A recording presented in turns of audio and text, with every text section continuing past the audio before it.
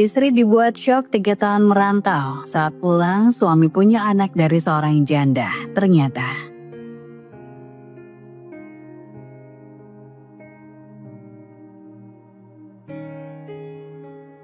pagi itu, Bu Retno berdiri di depan rumah sambil memandang jalan setapak yang menghubungkan desanya dengan kota. Angin sepoi-sepoi mengibarkan ujung kain kebaya yang ia kenakan. Matanya menerawang jauh mengikuti langkah Dewi, anak perempuannya, yang perlahan menjauh menuju mobil travel yang akan mengantarkannya ke bandara. "Bu, aku pamit," ucap Dewi memeluk ibunya erat-erat. Air mata Bu Retno tak bisa ditahan lagi, tangannya menggenggam lengan Dewi seolah enggan melepaskannya. "Hati-hati nak, jangan lupa jaga kesehatan, dan jangan terlalu cepat di sana. Kalau ada apa-apa langsung kabari ibu ya." Dewi tersenyum tipis sambil menghapus air mata di pipinya. "Iya Bu, ini semua demi kita. Kalau rumah ini sudah selesai direnovasi, ibu gak perlu khawatir lagi tentang apapun." Dewi menoleh ke arah Doni, suaminya yang berdiri tak jauh di belakang mereka. "Mas Doni, tolong jaga ibu ya, jangan lupa makan teratur. Dan kalau ada apa-apa bilang ke ibu dulu sebelum panik." Doni mengangguk sambil tersenyum. "Tenang sayang. Aku janji bakal jaga ibu dan rumah ini. Kamu fokus kerja aja di sana." Tapi jauh di lubuk hatinya, Doni merasa aneh. Ada kekosongan yang mulai merayap. Ia tidak pernah membayangkan hidup tanpa Dewi, istrinya. Ketika mobil travel itu mulai bergerak, Doni berdiri di tempatnya menatap punggung Dewi yang perlahan menghilang dari pandangan. Perasaan kehilangan mulai menyelinap meskipun Dewi belum benar-benar pergi lama. Minggu-minggu pertama tanpa Dewi terasa berat bagi Doni. Ia merasa rumah itu begitu sepi. Setiap malam ia hanya duduk di ruang tamu, menatap layar televisi yang menyala tanpa benar-benar menonton apapun. Bu Retno, meskipun berusaha menyibukkan diri dengan pekerjaan rumah, juga merasakan perubahan suasana di rumah itu. "Doni, kamu makan dulu nak, jangan sampai sakit," ujar Bu Retno suatu malam ketika melihat menantunya hanya duduk termenung di teras. Doni tersenyum kecil. "Iya Bu, sebentar lagi saya makan." Namun kesepian yang dirasakan Doni tidak hilang begitu saja. Ketika Bu Retno masuk ke dalam kamar, Doni seringkali berjalan ke dapur, mengambil botol kopi instan, dan duduk sendirian di teras hingga larut malam. Ia merasa ada yang hilang dalam hidupnya, tetapi tidak tahu bagaimana mengisinya. Hingga suatu hari, saat ia sedang mengantarkan barang pesanan seorang tetangga, ia berhenti di warung milik Lasmi. Warung kecil itu terletak di tepi jalan desa. Lasmi pemiliknya adalah seorang janda yang terkenal dengan pesona dan keramahannya. Meski sudah berusia 40 tahun, kecantikannya masih terlihat jelas. Kulitnya yang kuning langsat, senyum manisnya yang menawan, dan cara bicaranya yang lembut membuat banyak pria di desa itu sering mampir ke warungnya, sekedar untuk membeli kopi atau berbincang. Doni menghentikan motornya di depan warung. "Mbak Lasmi, kopi hitam 1 ya, dibungkus." Lasmi yang sedang duduk di kursi bambu di depan warung langsung berdiri. "Wah, Mas Doni, lama gak mampir ke sini, kopinya mau manis apa pahit?" tanyanya sambil tersenyum lebar. Doni tersenyum kecil. "Manis aja Mbak, biar ada yang manis di hidup saya," jawabnya setengah bercanda. Lasmi tertawa. "Ah, Mas Doni ini bisa aja. Tapi gak apa-apa, yang penting hidup gak pahit-pahit amat ya." Sambil menunggu kopi diseduh, mereka berbincang. Obrolan ringan tentang cuaca, pekerjaan, dan kabar desa. Namun ada sesuatu dalam cara Lasmi menatap Doni yang membuat pria itu merasa berbeda. Tatapan itu hangat, penuh perhatian, dan menggoda. Setelah membayar kopinya, Doni kembali ke rumah. Namun sepanjang perjalanan, pikirannya terus mengingat senyum Lasmi. Sesuatu dalam dirinya terasa berubah. Hari demi hari Doni mulai sering mampir ke warung Lasmi. Awalnya hanya sekedar membeli kopi atau rokok, namun lama-kelamaan ia mulai menikmati obrolan dengan Lasmi. Perempuan itu selalu tahu cara membuatnya tertawa dan merasa dihargai. Perlahan, Doni merasa menemukan pelipur lara dari kesepiannya. Suatu malam ketika Bu Retno sedang tertidur, Doni menyelinap keluar rumah. Ia mengendarai motornya ke warung Lasmi yang meski sudah tutup lampunya masih menyala. "Mbak Lasmi masih bangun?" panggil Doni dari luar. Lasmi membuka pintu dengan senyuman. Mas Doni, ada apa malam-malam begini?" Doni menggaruk kepalanya merasa canggung. "Gak apa-apa, cuma pengen ngobrol aja. Lagi gak bisa tidur." Lasmi mengangguk dan mempersilahkannya masuk. Di dalam warung kecil itu mereka duduk berdua di meja bambu, berbincang tentang banyak hal. Lasmi bercerita tentang kehidupannya sebagai janda, tentang bagaimana ia harus berjuang sendirian setelah suaminya meninggal. Doni mendengarkan dengan seksama, merasa iba sekaligus terpesona oleh ketabahan perempuan itu. "Mas Doni, kamu itu beruntung punya istri seperti Dewi. Dia cantik, pekerja keras, dan sayang sama kamu. Jangan pernah disia-siain ya," ujar Lasmi sambil tersenyum. Doni terdiam, kata-kata itu seharusnya menjadi pengingat baginya. Tetapi justru membuatnya merasa semakin dekat dengan Lasmi. Tanpa sadar ia mulai membandingkan Lasmi dengan Dewi. Ada sesuatu pada Lasmi yang tidak dimiliki Dewi. Kelembutan, perhatian, dan cara bicara yang membuatnya merasa dihargai. Bu Retno merasa ada yang berbeda dari Doni. Menantunya yang dulu rajin pulang tepat waktu, kini sering terlambat. Alasannya selalu sama, pekerjaan atau lembur. Namun ada sesuatu dalam sikap Doni yang membuat Bu Retno merasa ada yang tidak beres. Suatu sore ketika Doni sedang bersiap-siap keluar, Bu Retno mencoba bertanya. "Doni mau kemana lagi? Kok sering sekali keluar malam sekarang?" tanyanya dengan nada lembut. Doni terdiam sejenak lalu menjawab, "Ke rumah Pak RT Bu, ada urusan soal bantuan desa." Bu Retno hanya mengangguk tetapi hatinya penuh tanda tanya. Ia merasa Doni menyembunyikan sesuatu dan ia bertekad untuk mencari tahu beberapa minggu kemudian. Bu Retno melihat sesuatu yang membuat hatinya mencalos. Ketika sedang berjalan ke pasar, ia melihat Doni duduk berdua dengan Lasmi di depan warung. Dari kejauhan mereka terlihat akrab, bahkan terlalu akrab. Doni tertawa lepas, sementara Lasmi menatapnya dengan mata berbinar. Bu Retno memutuskan untuk tidak langsung menghadapi Doni. Ia kembali ke rumah dengan perasaan campur aduk. Marah, kecewa, sedih. Malam itu ketika Doni pulang, Bu Retno mencoba bicara lagi. "Doni, kamu gak kangen sama Dewi?" tanyanya tiba-tiba. Doni yang sedang membuka sepatu terlihat kaget. "Tentu kangen Bu. Kenapa ibu tanya begitu?" Bu Retno menatap menantunya dengan tajam.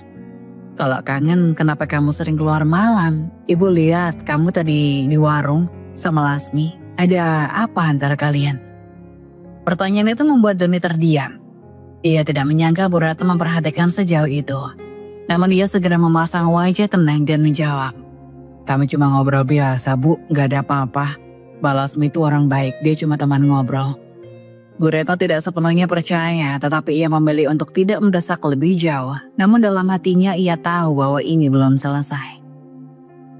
Malam itu, ketika semua sudah tidur, Doni duduk di teras, menatap langit. Perasaannya bercampur aduk, ia tahu apa yang ia lakukan salah, tetapi ia merasa sulit menjauh dari Lasmi. Di satu sisi, ia merindukan Dewi.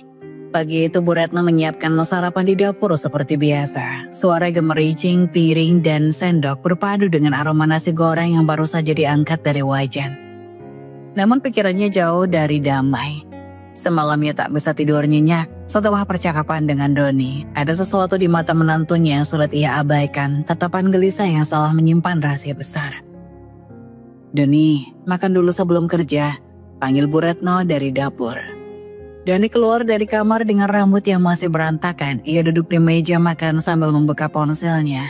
"Iya Bu, sebentar." Tatapan Bu Retno mengamati Doni dengan seksama. Ada perubahan kecil dalam kebiasaan menantunya itu akhir-akhir ini. Doni menjadi lebih sering memeriksa ponselnya bahkan saat makan. Sesekali ia tersenyum tipis sambil mengetik sesuatu. Seperti seseorang yang sedang berbincang dengan seseorang yang spesial. "Siapa yang sedang kamu chat, Don?" tanya Bu Retno dengan nada datar. Sambil menuangkan teh ke cangkir. Doni terkejut sejenak tapi dengan cepat memasang senyum santai. "Oh, ini grup kerja Bu, lagi bahas soal jadwal lembur." Jangan sampai kerjaan bikin lupa waktu buat keluarga ya, kata Bu Retno mencoba menyelipkan nasihat. Iya Bu, jawab Doni sambil menunduk, mencoba menghindari tatapan mertuanya. Namun, di balik ketenangannya, Doni merasa gugup. Ia tahu bahwa kebiasaan barunya sudah mulai menarik perhatian. Pikirannya kacau. Sebagian dari dirinya ingin berhenti dan kembali menjadi suami yang setia kepada Dewi. Tapi bagian lain merasa terlalu nyaman dengan perhatian dan kelembutan yang diberikan Lasmi. Sore itu Doni kembali ke warung Lasmi. Ia sengaja memilih waktu ketika Bu Retno sedang pergi ke arisan RT. Memastikan tidak ada yang memperhatikan kepergiannya. Lasmi sedang menyapu halaman depan warung ketika Doni tiba. Perempuan itu tersenyum cerah seolah kedatangan Doni adalah hal yang paling ia tunggu sepanjang hari. Mas Doni, rajin banget mampir ke sini, istri nggak marah kan? Goda Lasmi sambil meletakkan sapunya. Doni tertawa kecil meskipun hatinya tergores mendengar nama Dewi disebut. Dewi lagi jauh mbak, lagian saya cuma beli kopi kok. Balasnya mencoba terdengar santai. Tapi kayaknya lebih sering beli kopi di sini daripada bikinan sendiri di rumah. Lasmi menambahkan sambil tersenyum penuh arti. Obrolan ringan itu berkembang menjadi perbincangan yang lebih personal. Doni menceritakan tentang hidupnya yang terasa kosong tanpa Dewi, tentang bagaimana ia merasa sulit menjalani hari-hari tanpa kehadiran istrinya. Lasmi mendengarkan dengan penuh perhatian, sesekali mengangguk atau memberikan komentar yang membuat Doni merasa dimengerti. Mas Doni, hidup itu nggak selalu adil ya, ujar Lasmi dengan nada pelan. Kadang orang yang kita sayang jauh tapi kita tetap butuh seseorang untuk berbagi. Kalimat itu menusuk hati Doni. Ia tahu seharusnya ia menjaga jarak, tetapi semakin ia mencoba, semakin ia merasa tertarik pada Lasmi. Saat itu tanpa mereka sadari, seorang tetangga melihat mereka dari kejauhan. Tetangga itu Pak Slamet adalah orang yang dikenal suka mengamati sekitar. Ia memperhatikan Doni dan Lasmi yang duduk terlalu dekat di teras warung, berbicara dengan nada akrab. Beberapa hari kemudian, desas-desus Doni dan Lasmi mulai terdengar di desa. Pak Slamet yang tidak bisa menyimpan rahasia menceritakan apa yang ia lihat kepada tetangga lainnya. Kalian tahu nggak? Saya lihat si Doni itu sering banget nongkrong di warung Lasmi. Kayaknya akrab banget mereka. Ucap Pak Slamet dengan nada penuh rasa ingin tahu. Bu Siti, salah satu tetangga yang terkenal suka bergosip, langsung menanggapi. Serius Pak? Kasihan banget Dewi. Dia kerja keras di luar negeri. Suaminya malah begitu. Kabar itu menyebar dengan cepat. Tidak butuh waktu lama sebelum Bu Retno mulai mendengar bisik-bisik dari para tetangga. Ibu Retno, maaf saya cuma mau ngingetin hati-hati sama Doni ya. Saya dengar dia sering banget ke warung Mbak Lasmi, kata Bu Siti suatu sore ketika mereka bertemu di pasar. Bu Retno merasa dadanya sesak mendengar itu. Meski ia sedang mencurigai sesuatu, mendengar gosip dari orang lain membuatnya merasa malu sekaligus marah. Namun ia tak langsung menghadapi Doni. Ia memutuskan untuk mengamati terlebih dahulu, memastikan kebenaran rumor itu. Malam itu, Bu Retno duduk di ruang tamu sambil menjahit pakaian. Doni baru saja pulang dan langsung menuju kamar tanpa banyak bicara. Doni, sini sebentar, panggil Bu Retno dengan nada tegas. Doni keluar dari kamar, terlihat sedikit bingung. Ada apa Bu? Bu Retno menatap penantunya dengan tajam. Kamu sering ke warung Lasmi ya? Ngapain? Pertanyaan itu membuat Doni terdiam. Ia tahu ini adalah momen yang tidak bisa dihindari. Cuma beli kopi Bu, warungnya kan dekat dari rumah. Masalahnya bukan cuma beli kopi Doni. Tetangga-tetangga bilang kamu sering ke sana. Bahkan ngobrol lama-lama, itu apa maksudnya? Doni mencoba tetap tenang, meskipun jantungnya berdegup kencang. Mereka cuma suka membesar-besarkan Bu, saya nggak ada niat buruk. Namun Bu Retno tidak sepenuhnya percaya. Doni, saya ini sudah tua, tapi saya bukan orang bodoh. Kalau memang nggak ada apa-apa, jaga jarak sama Lasmi itu. Saya nggak mau Dewi sampai dengar kabar ini. Kata-kata itu menancap dalam hati Doni. Dia merasa bersalah tetapi ada bagian dari dirinya yang masih enggan melepaskan hubungan dengan Lasmi. Di sisi lain, Lasmi mulai merasa lebih percaya diri dengan kedekatannya dengan Doni. Suatu hari ketika Doni datang ke warung, Lasmi memberanikan diri untuk berbicara lebih personal. Mas Doni, saya tahu hubungan kita mungkin salah di mata orang, ujar Lasmi dengan suara lirih. Doni terkejut. Maksudnya apa Mbak? Saya cuma mau bilang, saya senang ada Mas Doni yang selalu mau dengerin saya. Setelah suami saya meninggal, saya nggak pernah merasa ada yang peduli lagi. Doni merasa hatinya tercabik-cabik. Ia tahu kata-kata itu tulus, tetapi ia juga sadar bahwa hubungan mereka tidak boleh berlanjut. Namun ia tidak bisa memutuskan untuk menjauh. Mbak Lasmi, saya juga senang ngobrol sama Mbak, tapi kita harus hati-hati. Ibu saya mulai curiga. Saya nggak mau ini jadi masalah besar, kata Doni akhirnya. Lasmi tersenyum tipis. Saya ngerti Mas, tapi hati ini susah untuk bohong. Sementara itu, Bu Retno memutuskan untuk bertindak tegas. Ia tidak akan membiarkan gosip ini menghancurkan keluarga mereka. Suatu pagi ketika Doni sedang bekerja, Bu Retno mendatangi warung Lasmi. Assalamualaikum, sapa Bu Retno sambil berdiri di depan warung. Lasmi keluar dengan senyum ramah. Waalaikumsalam Bu Retno, ada apa datang ke sini pagi-pagi? Bu Retno langsung menatap Lasmi dengan tajam. Mbak Lasmi, saya nggak mau panjang lebar. Saya cuma mau bilang, tolong jaga jarak dari Doni. Dia itu suami anak saya nggak mau ada masalah. Lasmi terlihat terkejut, tetapi ia mencoba tetap tenang. Bu Retno, saya nggak ada niat buruk. Kami cuma teman ngobrol. Teman ngobrol nggak perlu sampai jadi bahan gosip tetangga. Kalau memang nggak ada apa-apa, hentikan sekarang juga sebelum semuanya terlambat. Potong Bu Retno dengan tegas. Setelah mengatakan itu, Bu Retno pergi meninggalkan warung tanpa menunggu jawaban. Namun di hatinya ia merasa belum sepenuhnya. Pagi itu, suasana di rumah Bu Retno terasa lebih tenang. Bu Retno berpikir bahwa kedatangannya ke warung Lasmi beberapa hari lalu telah memberikan pesan yang cukup jelas. Ia mulai merasa sedikit lega. Meski di lubuk hatinya ia merasa masih diliputi keraguan. Sementara itu Doni terlihat lebih santai dari biasanya. Ia duduk di ruangan tamu sambil membaca koran, mencoba menunjukkan kesan bahwa hidupnya berjalan seperti biasa. Namun dalam pikirannya ia dan Lasmi telah membuat keputusan besar. Mereka akan berpura-pura menjauh agar semua orang termasuk Bu Retno percaya bahwa hubungan mereka hanyalah gosip tak berdasar. Siang itu ketika semua orang sibuk dengan urusan masing-masing, Doni diam-diam pergi ke warung Lasmi. Ia memastikan tidak ada tetangga yang memperhatikan sebelum masuk ke warung kecil itu. Mbak, saya nggak bisa lama-lama di sini. Ibu saya lagi waspada banget, ucap Doni sambil duduk di kursi kayu di depan Lasmi. Lasmi meletakkan gelas teh yang baru saja dibuatnya, lalu duduk di hadapannya. Saya juga udah mikir Mas, mungkin kita harus pura-pura menjauh dulu, kalau nggak gosip ini bakal makin parah. Doni mengangguk setuju. Tapi Mbak, saya nggak mau kehilangan Mbak, saya cuma nggak mau bikin masalah di rumah. Doni mengangguk setuju. Lasmi menatap Doni dengan mata yang penuh emosi. Saya ngerti Mas, kita bisa pura-pura menjauh di depan orang lain, tapi di belakang kita tetap seperti ini kan? Doni tersenyum kecil. Merasa lega mendengar Lasmi memahami keadaannya. Iya Mbak, kita harus hati-hati, jangan sampai ada yang tahu. Setelah sepakat, mereka mengatur strategi. Doni akan lebih jarang ke warung, dan ketika bertemu, mereka akan menjaga jarak. Namun di balik kepura-puraan itu, mereka justru semakin berani.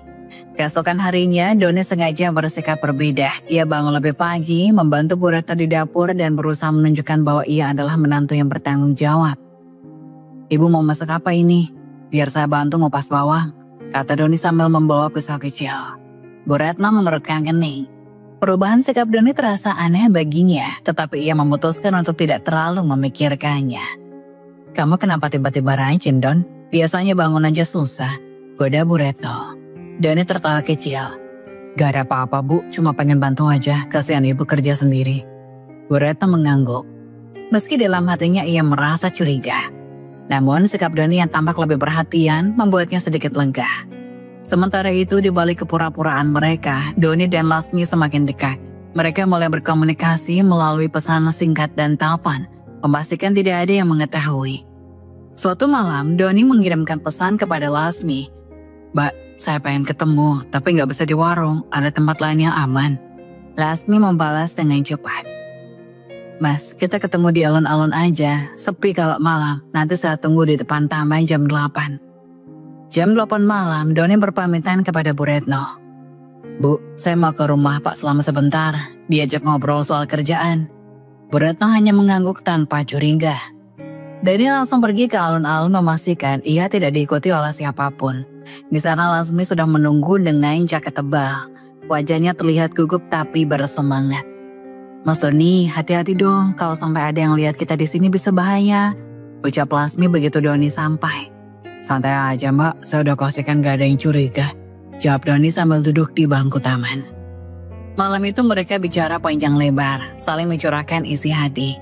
Lasmi menceritakan kesepiannya sejak suaminya meninggal, sementara Doni mengungkapkan betapa ia merasa kosong tanpa kehadiran Dewi. "Kadang saya mikir Mbak, kenapa hidup ini terasa berat banget. Saya sayang sama Dewi, tapi hubungan kita sekarang kayak cuma formalitas." Lasmi meraih tangan Doni menatapnya dengan penuh simpati. "Mas, saya nggak tahu kenapa kita bisa sejauh ini, tapi saya tahu satu hal, saya nyaman sama Mas." Malam itu mereka mengukuhkan hubungan mereka yang salah, meski tahu resikonya begitu besar. Hari-hari berlalu, dan gosip tentang Doni dan Lasmi perlahan mereda. Namun Bu Retno tetap merasa ada sesuatu yang tak beres. Suatu pagi ketika Bu Retno sedang membersihkan halaman, ia melihat Doni menerima telepon di sudut rumah. Suara Doni terdengar pelan tetapi intonasinya terdengar akrab dan lembut. "Iya Mbak, nanti malam saya usahakan datang, tunggu di tempat biasa ya," kata Doni sambil tersenyum kecil. Bu Retno pura-pura tidak mendengar, tetapi ia mencatat kejadian itu dalam pikirannya. Setelah Doni masuk ke rumah, Bu Retno memutuskan untuk bertindak diam-diam. Malam itu ketika Doni pamitan untuk pergi ke rumah Pak Slamet, Bu Retno merasa waktunya tepat untuk mencari tahu. Ia memutuskan untuk mengikuti Doni dari kejauhan. Dengan langkah hati-hati, Bu Retno melihat Doni berjalan menuju alun-alun. Dari balik pohon besar, ia menyaksikan menantunya bertemu dengan Laksmi. Dada Bu Retno berdegup kencang. Ia melihat dengan mata kepalanya sendiri bagaimana Doni dan Lasmi berbicara begitu akrab. Bahkan tertawa bersama. Sesekali Doni menyentuh tangan Lasmi dan itu membuat hati Bu Retno hancur. Tanpa menunggu lama, Bu Retno berbalik dan berjalan pula. Ia tidak ingin membuat keributan di tempat umum. Tetapi malam itu ia memutuskan bahwa ia tidak bisa lagi membiarkan hal ini berlanjut. Keesokan paginya, Bu Retno memanggil Doni dengan nada tegas. "Don, saya mau bicara." Doni yang baru saja selesai mandi merasa terkejut dengan nada suara mertuanya. "Ada apa Bu?" Bu Retno menatapnya dengan tatapan tajam. "Saya nggak mau basa-basi. Kamu dan Lasmi itu ada apa? Jangan bohong lagi." Doni membeku. Ia tidak menyangka Bu Retno akan menanyakan hal itu secara langsung. "Bu, gak ada apa-apa. Saya cuma ngobrol sama Mbak Lasmi. Itu juga karena kita kebetulan sering ketemu." "Jangan pura-pura Don. Saya lihat kalian malam tadi di alun-alun. Kamu pikir saya ini bodoh?" Doni terdiam. Ia merasa tidak ada gunanya lagi berbohong, namun ia tidak tahu harus berkata apa. "Saya sudah kasih kamu kesempatan untuk berubah Doni. Tapi kamu malah semakin jauh. Apa kamu gak kasihan sama Dewi? Dia kerja keras di luar negeri demi kalian, sementara kamu malah." Suara Bu Retno bergetar menahan emosi. "Bu, saya minta maaf," ucap Doni akhirnya. Suaranya pelan. "Minta maaf gak cukup Doni. Kalau kamu masih mau tinggal di sini, kamu harus putus hubungan sama Lasmi. Kalau enggak, saya sendiri yang akan kasih tahu Dewi," ancam Bu Retno dengan tegas.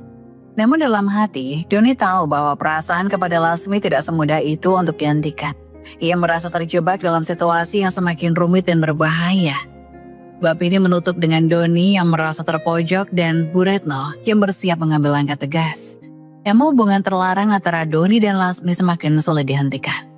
Konflik besar pun tampak tak terelakkan. Setelah percakapan tegang dengan Bu Retno, Doni merasa seperti seekor tikus yang terjebak dalam rangkap. Ancaman mertuanya untuk memberitahu Dewi benar-benar membuatnya ketakutan. Ia tidak bisa membayangkan reaksi istrinya jika mengetahui semuanya, apalagi dari mulut ibunya sendiri. Doni tahu, jika ia ingin tetap tinggal di rumah itu dan menjaga rahasia yang tetap aman, ia harus bermain peran dengan cermat. Ia memutuskan untuk pura-pura tobat. Malam itu setelah makan malam bersama, Doni sengaja mendekati Bu Retno yang sedang duduk di ruang tamu sambil merajut. Ia duduk di lantai berlutut di depan mertuanya dengan ekspresi yang penuh penyesalan. "Bu, saya mau bicara lagi soal tadi pagi." ucap Doni dengan suara pelan hampir seperti berbisik. Bu Retno meliriknya dengan tatapan dingin. Bicara apa lagi, Don? Bukannya saya sudah jelas dari pagi. Ibu benar, saya salah, Bu. Saya sadar apa yang saya lakukan itu tidak pantas. Saya benar-benar menyesal. Menyesal? Bu Retno mengangkat alis. Menyesal karena ketahuan atau memang karena sadar itu salah? Doni menghela nafas berat, berpura-pura merenungi ucapannya sendiri. Saya sadar, Bu, saya hilaf. Saya bingung sendirian di sini tanpa Dewi. Tapi itu bukan alasan. Saya janji, Bu, mulai sekarang saya akan menjaga sikap saya. Saya nggak akan berhubungan lagi dengan Mbak Lasmi. Saya tahu Ibu cuma ingin yang terbaik untuk keluarga kita. Bu Retno terdiam sejenak memandangi menantunya dengan tatapan penuh kecurigaan. Ia sulit percaya begitu saja, tapi ada sesuatu dalam nada bicara Doni yang membuatnya sedikit luluh. Kalau kamu benar-benar menyesal, buktikan, Doni. Saya nggak mau cuma dengar janji manis, kata Bu Retno akhirnya. Saya akan buktikan, Bu. Mulai besok saya nggak akan ke warung Mbak Lasmi lagi, bahkan untuk beli apapun, ucap Doni dengan suara mantap. Bu Retno mengangguk pelan meski dalam hatinya ia masih menyimpan keraguan. Ingat, Doni, kalau sampai saya dengar atau lihat sesuatu yang mencurigakan lagi, saya nggak akan tinggal diam. Kamu tahu apa yang akan saya lakukan. Doni mengangguk cepat lalu berlalu ke kamarnya. Di dalam hati ia merasa lega karena berhasil meredam emosi mertuanya. Tapi ia tahu menjaga janji itu tidak akan semudah yang ia ucapkan. Keesokan harinya, Doni memulai harinya dengan berpura-pura menjadi menantu yang patuh. Ia membantu Bu Retno di rumah, membersihkan halaman, bahkan mengantar barang-barang ke tetangga yang membutuhkan. Namun di balik kepatuhannya, hatinya bergolak. Ia merindukan Lasmi, merindukan senyum hangatnya dan obrolan ringan di warung kecilnya. Sementara itu di warung, Lasmi pun merasa kehilangan. Doni tidak lagi datang seperti biasanya, dan itu membuatnya gelisah. Suatu ketika Lasmi sedang membereskan warung, seorang tetangga yang sering bergosip, Bu Rumi, datang dan memesan kopi. Las, sekarang warungmu kok sepi ya? Biasanya si Doni sering nongkrong di sini. Jangan-jangan takut sama mertuanya tuh, ucap Bu Rumi sambil tergagah. Lasmi tersenyum kaku, berusaha tidak menunjukkan perasaannya. Mungkin Mas Doni lagi sibuk di rumah, Bu. Lagian kan dia punya tanggung jawab besar di sana. Bu Rumi mengangguk, tapi tatapannya penuh arti. Iya sih, kamu hati-hati aja, Las. Tetangga sini matanya tajam semua. Jangan sampai ada yang salah paham lagi. Ucapan itu membuat Lasmi semakin gelisah. Ia tahu ia dan Doni harus berhati-hati, tetapi perasaan itu semakin sulit dikendalikan. Beberapa minggu berlalu, Doni berhasil menjaga jarak dengan Lasmi. Meskipun itu membuatnya menderita, namun suatu malam ia menerima pesan yang langsung menggoyahkan tekadnya.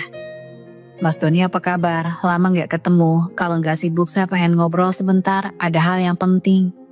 Pesan dari Lasmi itu membuat Doni tak bisa tidur. Ia tahu membalas pesan itu berarti melanggar janjinya kepada Bu Retno. Tapi ia juga tahu ia tidak bisa mengabaikan Lasmi begitu saja. Setelah bergulat dengan pikirannya sendiri, Doni akhirnya membalas pesan itu. Baik Mbak, besok siang saya coba mampir, tapi sebentar saja. Keesokan harinya Doni mencari alasan untuk keluar rumah. Bu, saya mau beli baut motor di bengkel dekat pasar, katanya sambil bawa helm. Bu Retno hanya mengangguk tapi tatapannya penuh kecurigaan.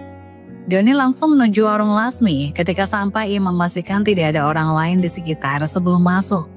Mbak, apa yang penting banget sampai harus ketemu? Lasmi berdiri di balik meja, matanya terlihat berkaca-kaca.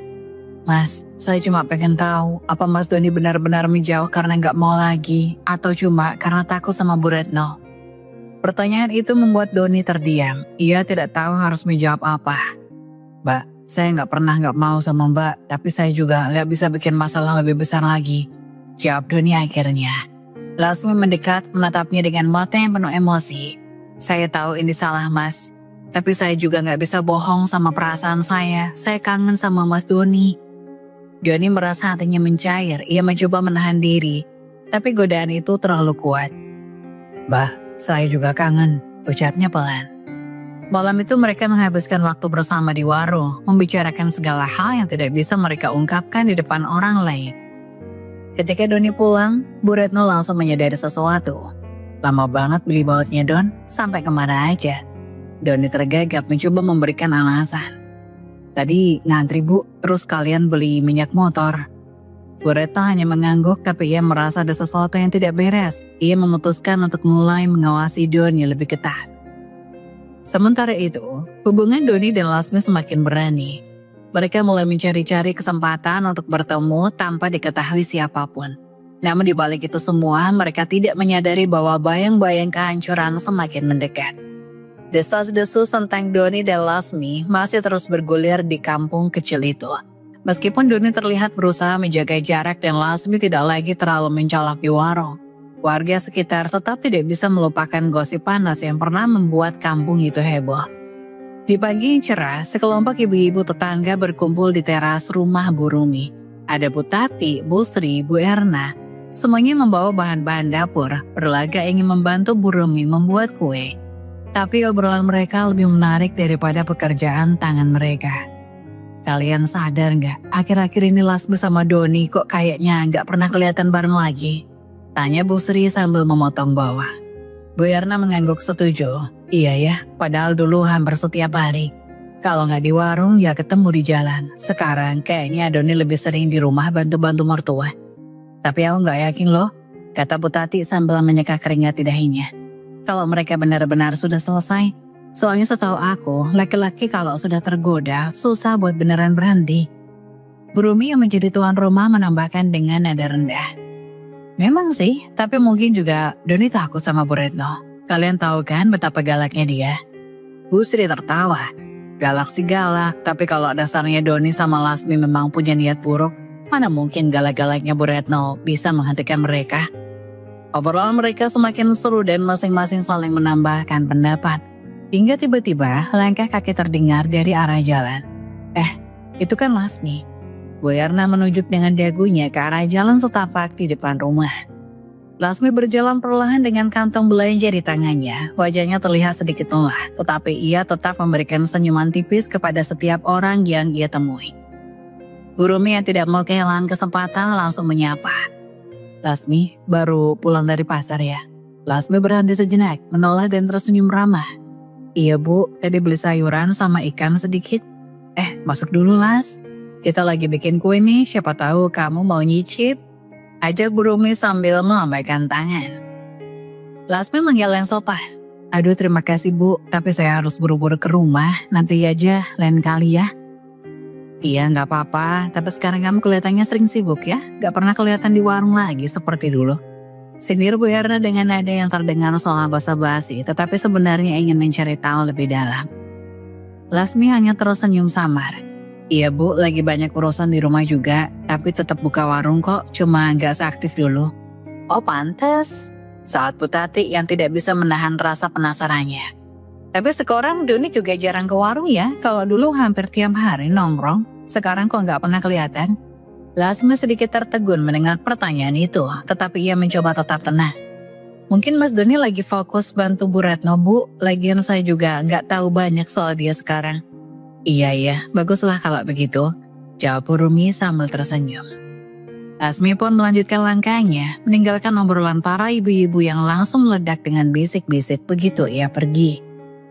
Aku nggak percaya kalau mereka benar-benar udah nggak deket, ujar Bu Tati sambil mencubit adonan di kue depannya. Betul, aku juga mikirnya begitu, timpal Bu Erna. Lasmi tadi jawabnya aneh kan, kayak orang lagi nyembunyiin sesuatu.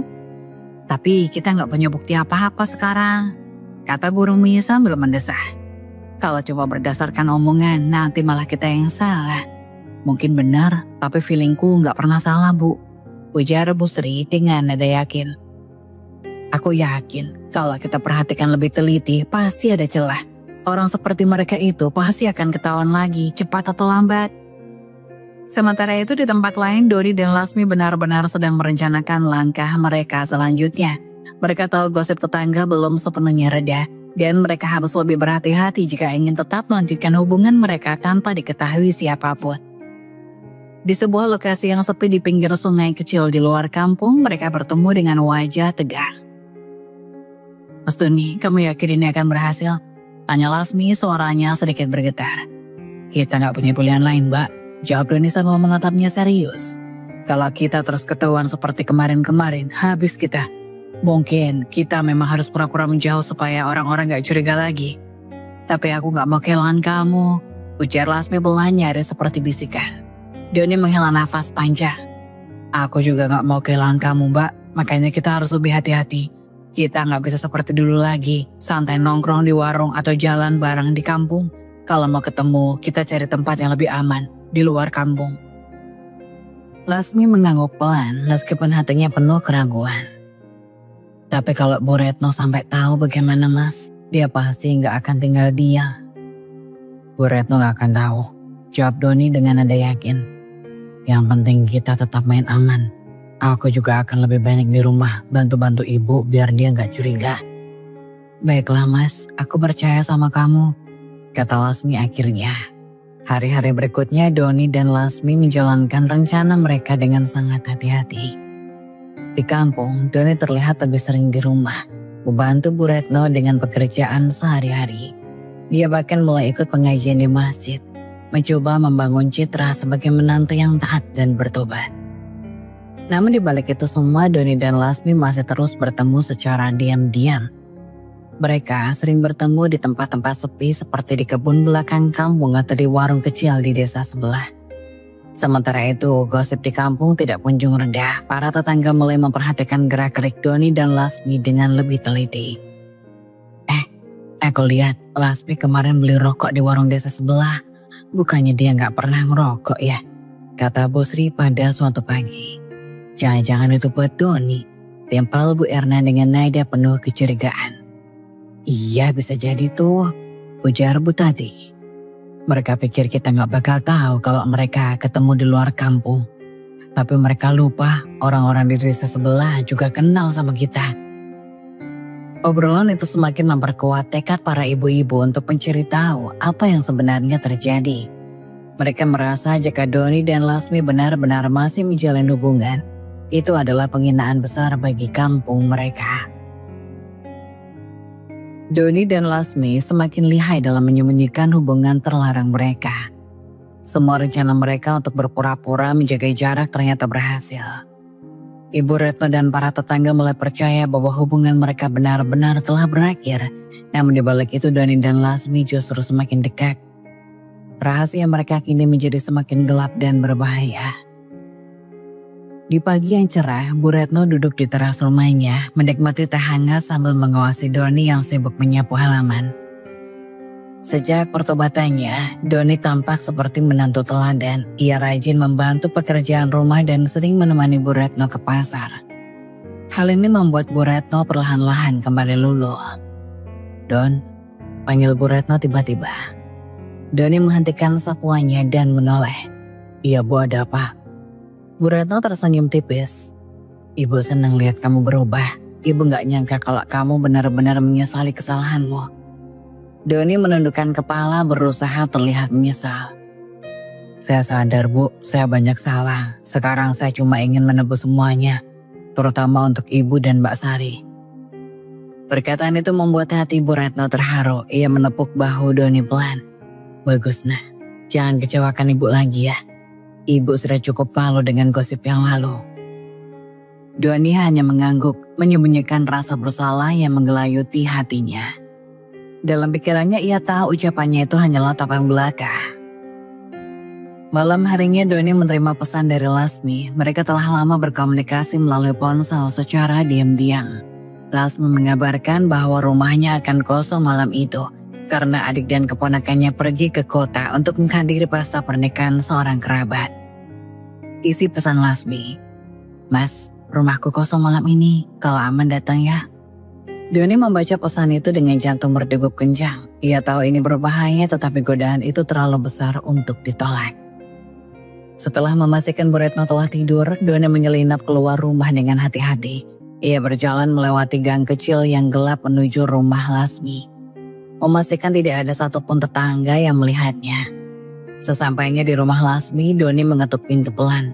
Pintu segera dibuka oleh Lasmi yang sudah menunggu di baliknya. Ia mengenakan daster sederhana tetapi kecantikannya tetap memukau di mata Doni. Kamu benar-benar datang Mas. kata Lasmi dengan suara berbisik tetapi matanya berbinar bahagia. Doni tersenyum tipis. Aku gak bisa nolak, Mbak. Malam itu mereka duduk di ruang tamu yang redup, berbicara dengan nada pelan agar tidak terdengar oleh tetangga sekitar. Pembicaraan mereka semakin intim hingga akhirnya mereka tidak bisa lagi menahan diri. Hubungan terlarang itu pun kembali terjadi. Menambah daftar dosa mereka yang mereka sembunyikan. Keesokan paginya, Bu Erna, Bu Sri, dan Bu Tati kembali berkumpul di warung kecil dekat rumah Bu Retno. Seperti biasa, obrolan mereka dipenuhi dengan gosip tentang kehidupan kampung. Bu, kalian sadar gak sih? Kayaknya sekarang Doni itu benar-benar berubah ya. Kata Bu Sri sambil menyeruput kopi. Iya loh, aku lihat dia rajin banget bantuin Bu Retno. Padahal dulu malasnya minta ampun. Timpal Bu Tati. Bu Erna mengangguk. Betul. Dan Lasmi juga kayaknya udah gak terlalu sering kelihatan. Mungkin mereka benar-benar sudah gak ada hubungan lagi. Syukurlah kalau begitu. Kasihan juga Bu Retno kalau harus terus menanggung malu. Ujar Bu Sri dengan nada lelah.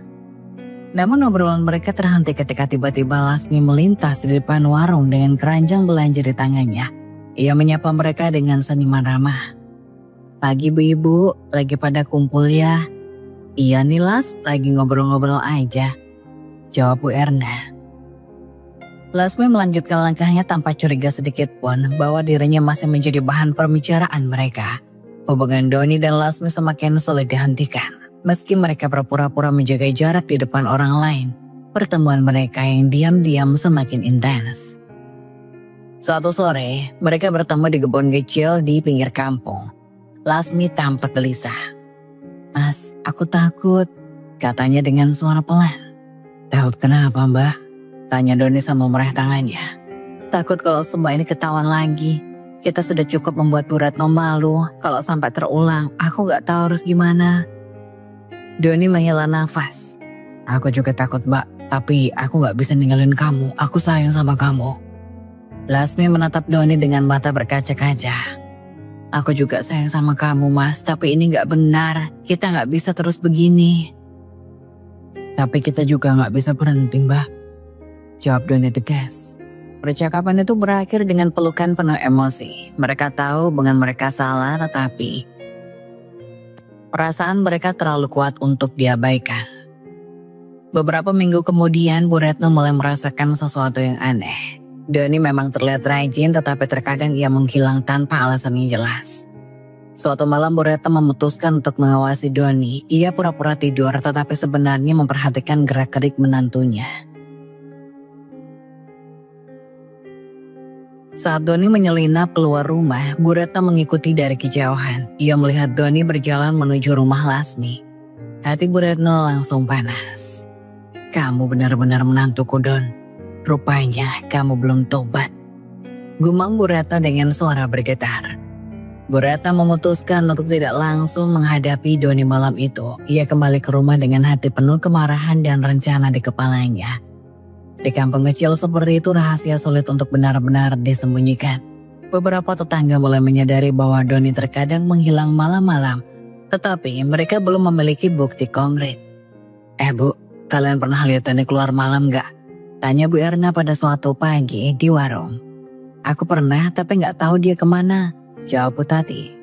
Mungkin dia masih ada urusan sama Lasmi. Gumam Bu Sri dengan nada mencurigakan. Kalau benar, kasihan Bu Retno. Dikiranya Doni sudah tobat, ternyata cuma pura-pura. Timpal Bu Erna. Ketegangan yang mengelilingi Doni dan Lasmi kini mencapai puncaknya. Di balik topeng penyesalan yang dipamerkan Doni di depan ibu mertuanya, hubungan terlarang dengan Lasmi terus berlanjut. Namun sebuah kabar mengejutkan dari Lasmi mengguncang dunianya. Pagi itu Doni menerima pesan dari Lasmi. Mas, aku harus bertemu kamu sekarang. Ada yang penting banget. Doni membaca pesan itu dengan alis berkerut. Pikirannya penuh dengan kemungkinan buruk.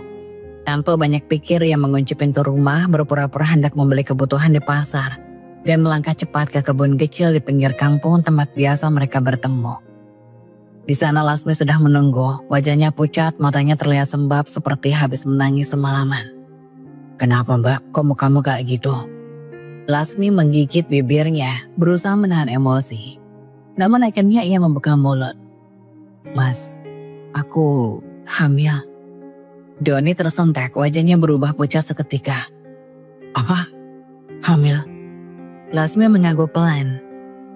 Aku sudah telat 2 bulan, Mas. Aku juga udah periksa ke bidan. Aku gak mungkin salah. Kata-kata itu membuat kepala Doni berputar. Ia mengusap wajahnya dengan kedua tangan, mencoba mencerna situasi yang tiba-tiba ini. Ini gak mungkin, Mbak. Kita gak bisa kayak gini. Ucap Doni dengan suara bergetar. Mas, aku gak minta apa-apa. Tapi aku gak bisa sembunyiin ini lama-lama. Kalau perutku sudah besar gimana? Apa kata orang kampung? Apa kata ibu mertuamu? Lasmi mulai menangis. Diam, Mbak. Jangan bilang siapa-siapa dulu. Aku akan cari cara. Jawab Doni dengan nada panik. Setelah pertemuan itu, Doni kembali ke rumah dengan pikiran kalut. Di dapur, Bu Retno sedang memasak tampak santai tanpa mengetahui badai yang tengah menghantam keluarganya. Don, kamu beli apa di pasar? Tanya Bu Retno tanpa menoleh. Gak ada, Bu. Tadi pasar sepi, tadi saya cuma jalan-jalan. Jawab Doni cepat, berusaha terdengar biasa. Jalan-jalan pagi-pagi? Tumben kamu rajin, ujar Bu Retno sambil tertawa kecil. Doni hanya tersenyum kaku lalu bergegas ke kamarnya. Di dalam kamarnya ia duduk termenung, memikirkan berbagai cara untuk menyembunyikan kehamilan Lasmi. Di rumahnya, Lasmi juga dilanda kecemasan. Ia tahu hubungan ini salah, tetapi perasaan cintanya pada Doni terlalu kuat untuk dilawan. Kini dengan kehamilan ini semuanya terasa semakin sulit.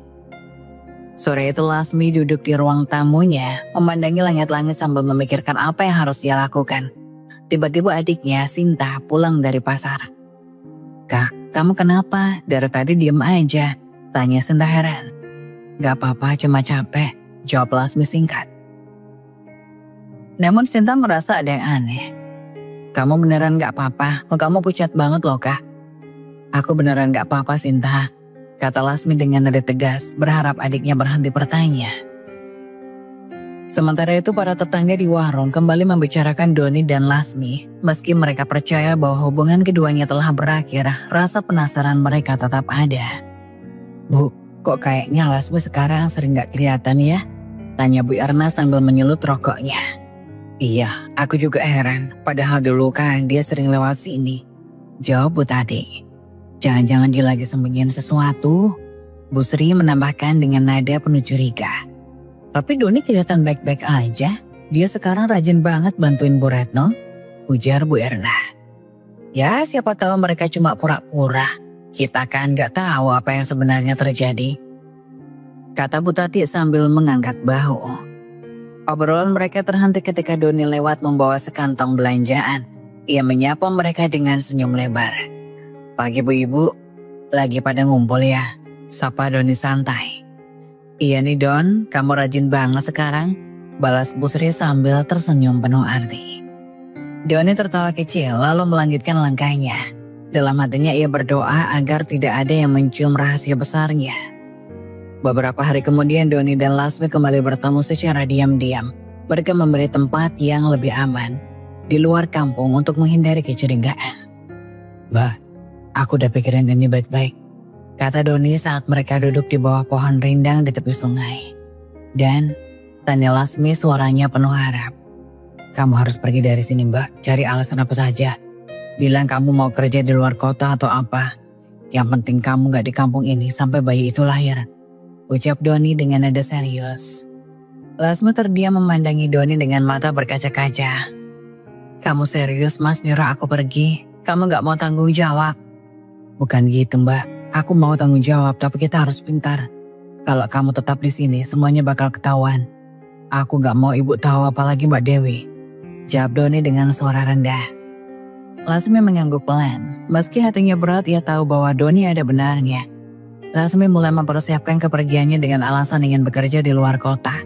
Ia mengumpulkan barang-barangnya secara diam-diam agar tidak ada yang curiga. Sore itu ia berpamitan kepada Sinta. Sinta, aku mau pergi ke luar kota. Ada teman yang nawarin kerjaan di sana. Kerjaan apa kah? Tanya Sinta curiga. Jadi pembantu rumah tangga. Lumayan buat tambah penghasilan. jawab Lasmi sambil tersenyum tipis. Sinta hanya mengangguk meski hatinya merasa ada yang aneh. Dengan kepergian Lasmi, Doni merasa sedikit lega. Namun bayangan dosa dan kebohongannya terus menghantui.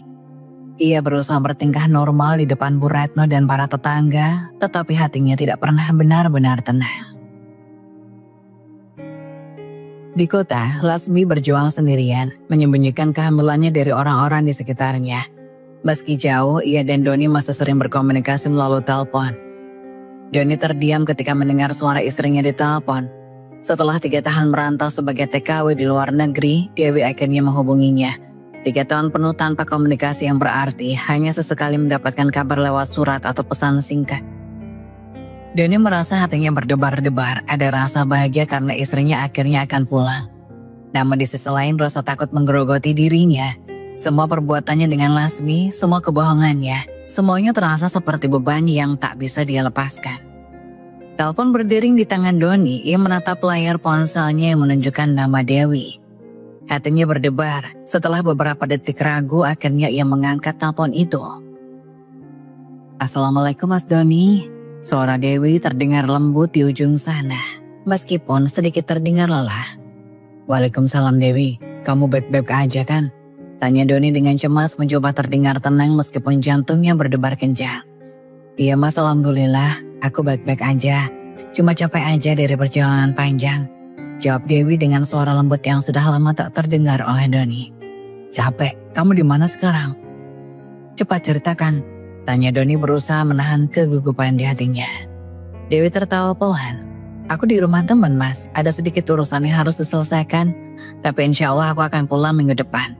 Aku minta maaf karena selama ini gak bisa telepon. Biaya telepon luar negeri itu mahal Mas, jadi aku lebih banyak diem aja nunggu pulang. Doni terdiam, hatinya dipenuhi rasa bersalah. Seharusnya dia memahami keadaan Dewi, tapi saat itu juga pikirannya kembali ke masa-masa yang penuh dengan kebohongan dan dosa yang dia buat. Aku ngerti kok Dewi, yang penting kamu baik-baik aja, aku gak marah. Suara Doni terdengar menenangkan, meskipun ia merasa ada ketegangan yang sangat terasa di dadanya. Aku janji Mas, setelah aku pulang nanti kita mulai semuanya dari awal. Aku minta maaf kalau selama ini aku gak bisa sering telepon, sahut Dewi. Doni menghela nafas panjang. Aku ngerti Dewi, kamu sudah berusaha keras di sana. Aku malah yang harus minta maaf. Kamu jauh dan aku gak bisa menjaga rumah ini dengan baik. Dewi terdiam sejenak, mungkin merasa ada kejanggalan di suara Doni. Mas, kenapa kayaknya kamu gak tenang? Ada apa? Doni terkejut mendengar pertanyaan Dewi. Sejenak dia terdiam, berpikir apakah harus jujur atau tetap menyembunyikan semua kesalahannya. Gak apa-apa Dewi, aku cuma kangen kamu. Dewi mendengus pelan, seolah tidak terlalu yakin dengan jawaban Doni. Kangen? Kamu pasti banyak cerita ya Mas. Udah lama kita gak komunikasi, pasti banyak yang terjadi. Aku gak tahu kalau kamu sudah banyak berubah atau enggak. Kamu yakin masih kangen sama aku? Pertanyaan Dewi seperti pisau tajam yang menusuk hati Doni. Ia bisa merasakan ketidakpastian dalam suara Dewi. Dan itu semakin mengingatkannya pada apa yang telah ia lakukan selama Dewi pergi. Iya, aku kangen Del. Kamu gak usah khawatir, semuanya akan baik-baik saja. Jawab Doni dengan suara yang lebih sedikit berat. Semoga kamu beneran Mas. Aku berharap kita bisa mulai lagi seperti dulu. Tapi aku juga berharap kamu jujur sama aku. Doni mengatupkan gigi, merasakan beratnya beban yang harus dia sembunyikan. Apa maksud kamu? Ada yang aku rasa aneh Mas. Setiap kali aku tanya kamu soal keadaan kita, kamu jawabnya dengan tidak terbuka. Aku gak tahu kenapa, tapi aku berharap kita bisa mulai jujur satu sama lain. Kata Dewi dengan lembut. Doni mengusap wajahnya menahan nafas yang terasa sesak. Aku janji akan jujur Dewi. Setelah kamu pulang kita akan bicara semuanya, aku janji. Baik Mas, aku tunggu ya. Sebelum Doni sempat menjawab, Dewi menambahkan. Mas, jangan lupa doa ya, aku harap kita bisa melewati semua ini bersama. Insya Allah Dewi, aku akan berusaha. Aku akan menunggu kamu pulang. Setelah telepon itu berakhir, Doni merasa seperti disambar petir. Perasaan cemas dan bersalah menggerogoti dirinya. Ia merasa berat untuk menghadapinya, apalagi dengan kenyataan bahwa Lasmi masih ada di luar sana, mengandung anaknya. Dewi istrinya akan pulang dengan harapan untuk memperbaiki semuanya, tidak tahu apa-apa tentang kebohongan yang tetap ia bangun. Doni berjalan mondar-mandir di rumah, berpikir bagaimana caranya agar semua ini tetap terjaga. Bagaimana ia bisa menyembunyikan kenyataan ini dari Dewi dan dari ibu mertuanya yang tidak pernah curiga. Beberapa hari setelah percakapan itu, Doni bertemu lagi dengan Lasmi. Ia merasa harus bertemu dengan Lasmi untuk membahas langkah selanjutnya. Mereka bertemu di tempat yang aman, jauh dari perhatian orang lain. "Mas, gimana kabar Dewi?" tanya Lasmi, suaranya terdengar cemas. "Dewi akan pulang minggu depan," jawab Doni sambil menatap Lasmi dengan penuh kekhawatiran. Lasmi terdiam sejenak lalu berkata, "Doni, aku takut kalau Dewi tahu semua ini. Apa yang akan kamu lakukan?" Doni menghela nafas panjang. "Aku nggak tahu mbak, aku benar-benar nggak tahu. Aku nggak bisa kehilangan Dewi, tapi aku juga nggak bisa ninggalin kamu." Lasmi menatapnya, matanya penuh dengan kecemasan. "Kita nggak bisa terus begini Don. Aku nggak bisa terus sembunyi. Kalau Dewi tahu tentang kita, semuanya akan hancur." "Jangan khawatir mbak, aku akan cari cara agar semua ini nggak terbongkar. Tapi untuk sekarang kita harus tetap menjaga jarak. Dewi akan pulang dan aku harus bertanggung jawab." "Jadi kamu mau terus berdusta?" Lasmi bertanya, suaranya mulai terdengar kecewa. Doni menunduk, merasa hancur. "Aku gak mau berdusta mbak, tapi aku gak tahu apa yang harus aku lakukan. Aku takut semuanya akan rusak." Doni kembali ke rumah dengan pikiran yang semakin kacau. Rencananya untuk menyembunyikan semuanya semakin sulit. Dewi akan pulang dan segala kebohongannya dengan Lasmi akan segera terbongkar. Namun ia tidak bisa menghentikan perasaannya terhadap Lasmi, meskipun itu berarti mengkhianati Dewi yang telah berjuang keras untuk keluarganya. Pulangnya Dewi setelah 3 tahun bekerja di luar negeri membawa harapan baru bagi keluarga kecil itu. Doni yang merasa bersalah namun penuh ketakutan berusaha meyakinkan dirinya bahwa semuanya akan baik-baik saja. Ia berjanji untuk menjadi suami yang baik, memperbaiki kesalahan-kesalahannya, dan membuat Dewi merasa dicintai kembali. Namun kebahagiaan yang dipertahankan dengan kebohongan dan penipuan akhirnya menemui titik klimaks yang tak bisa lagi dihindari. Hari itu cuaca begitu cerah, seolah menyambut kepulangan Dewi yang telah lama dinantikan. Doni telah menyiapkan segala sesuatunya. Rumah rapi, makanan favorit Dewi, dan suasana hati yang penuh harapan. Bahkan ibu mertuanya yang telah lama menanti-nanti kedatangan anak perempuan satu-satunya itu ikut bergembira. Mereka berkumpul di ruang tamu menunggu kedatangan Dewi. Tak lama kemudian pintu terbuka dan Dewi masuk dengan senyuman lebar di wajahnya. Meski tubuhnya sedikit lelah, matanya yang bersinar cerah menunjukkan kebahagiaan yang tak bisa disembunyikan. Doni langsung berlari menyambutnya dan memeluknya erat.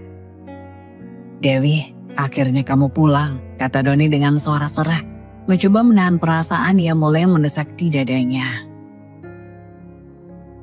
Dewi tersenyum menatap suaminya dengan penuh kasih sayang. "Aku rindu rumah mas, rindu kamu. Aku harap semuanya akan baik-baik saja kan?" Doni mengangguk merasa berat di dada. "Iya Dewi, semuanya akan baik-baik saja, aku janji. Kita akan mulai semuanya dari awal." Ibu mertuanya yang berdiri di belakang Doni juga ikut memeluk Dewi. Air mata kebahagiaan mengalir di wajahnya. "Alhamdulillah kamu sudah pulang nak. Aku sangat merindukanmu." Dewi tersenyum dengan tulus. "Aku juga rindu kalian semua. Maaf aku gak bisa sering-sering komunikasi." Mereka semua duduk di ruang tamu berbincang tentang kehidupan Dewi selama 3 tahun merantau. Dewi menceritakan pengalaman dan cerita-cerita lucu yang ia alami di luar negeri. Sementara Doni dan ibu mertuanya mendengarkan dengan antusias. Meskipun ada rasa canggung, Dewi bisa merasakan kehangatan di rumah ini seolah tak ada yang berubah. Namun di balik senyum manis Doni, ada rasa cemas yang terus menghantuinya. Seiring berjalannya waktu, perasaan takut itu semakin kuat. Doni tahu bahwa waktunya semakin dekat dan dia harus menghadapi kenyataan pahit yang tak bisa dia sembunyikan. Beberapa hari setelah kepulangan Dewi, suasana rumah kembali normal. Dewi dan Doni mulai menjalani rutinitas mereka sebagai pasangan suami istri, meski ada ketegangan kecil di beberapa situasi. Dewi merasa bahagia bisa kembali ke rumah, namun kebahagiaan itu segera dirusak oleh kedatangan Lasmi. Pada suatu pagi, ketika Dewi sedang sibuk di dapur menyiapkan sarapan, Lasmi tiba-tiba muncul di depan rumah. Dewi yang sedang memasak tak menyadari kedatangannya. Lasmi berdiri di depan pintu dengan ekspresi serius sambil memegang bayi kecil yang dibalut selimut. Doni yang kebetulan keluar dari kamar terkejut melihat Lasmi. Ia langsung merasakan ada yang salah. Lasmi, apa yang kamu lakukan di sini? Tanya Doni, suaranya bergetar. Ia melihat Lasmi dengan cemas. Lasmi menatap Doni dengan tatapan yang keras. Ini anakmu Doni, jawabnya dengan suara penuh emosi. Doni terdiam sejenak, tubuhnya terasa kaku. Apa maksudmu anak saya? Lasmi mengangguk. Iya, ini anak kita Doni. Aku hamil dan melahirkan anakmu. Dan sekarang aku datang untuk memberitahumu karena aku gak bisa terus bohong.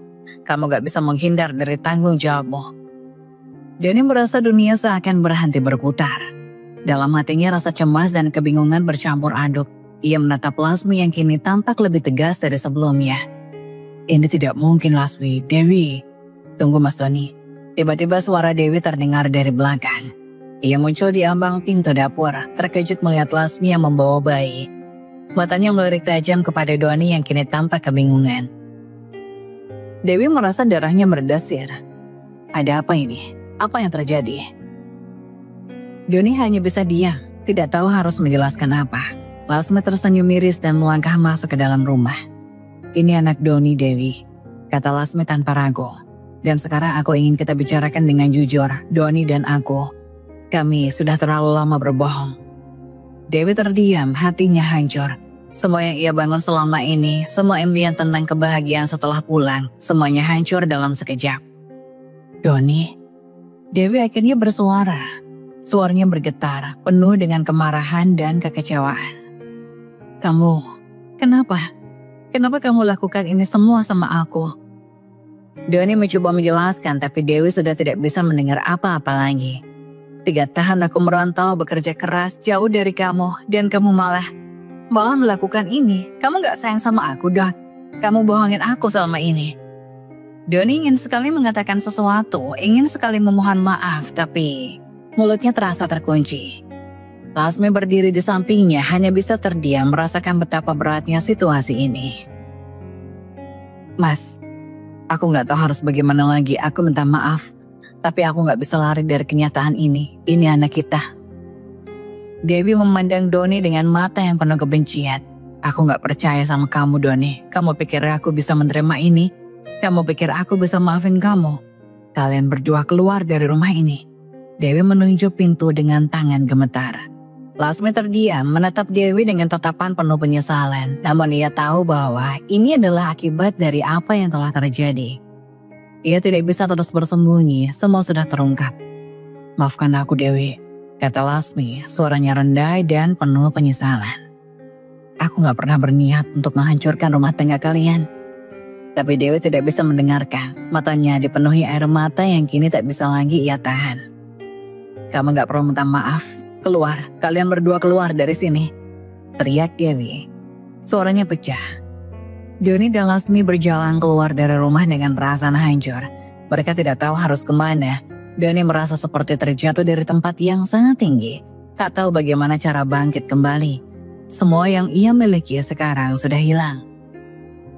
Di sisi lain, Dewi menatap rumah itu dengan hati yang hancur. Ia merasa dirinya telah dikhianati.